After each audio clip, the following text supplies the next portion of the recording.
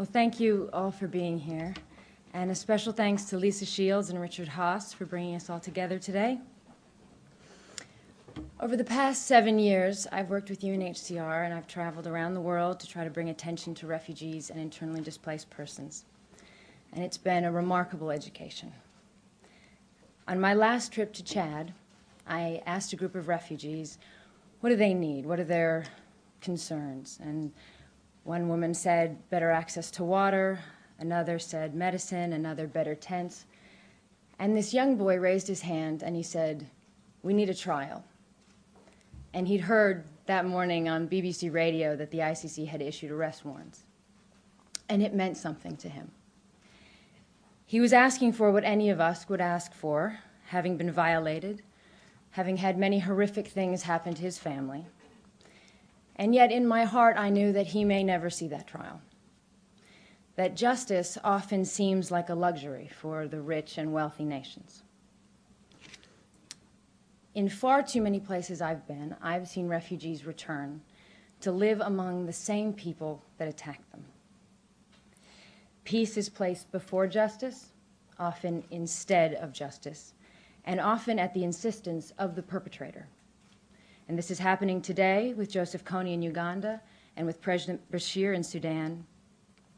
They are threatening more violence and delaying or blocking aid if we attempt to bring them to justice. And often we listen to them. We let them dictate what will happen. We let those who destroyed their countries decide the future for their countries. And I believe, after finding myself returning to countries who, after a brief period of peace, are again at war, that there is no enduring peace without justice.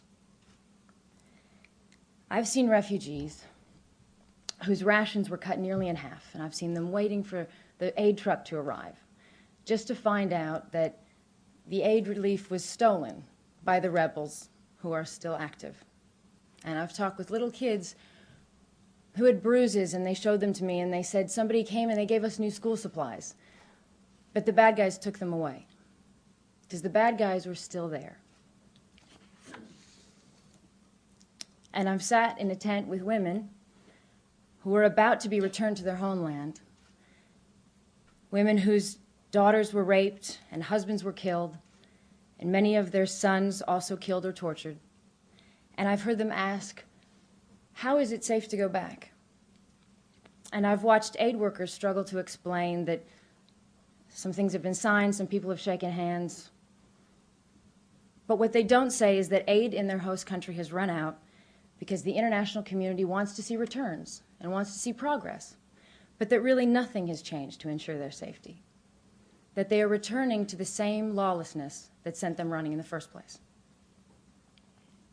And I've seen these same aid workers tear up when they put these ladies on the buses and say, I don't know what we're sending them back to.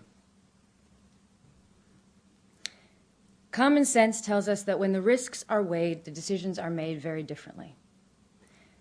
When crimes against humanity are punished consistently and severely, the killer's calculus will change.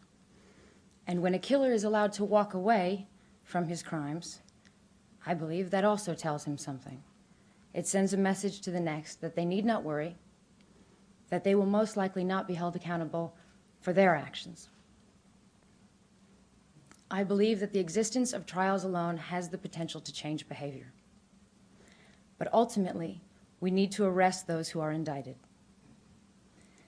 And the Sudanese arrest of Ali Kusheb appears to be a positive development, but not if it becomes a bargaining chip that will stop others from being brought to justice. Without an arrest, we tell the victims of these atrocities that impunity is the rule of law. Now, I don't know if the ICC is the answer, and I don't know what type of court is or what it would need to be for all of us to agree and make it strong enough. I have no idea. And after 7 years of traveling into the field, I find that I have a lot I need to learn. But I do know this.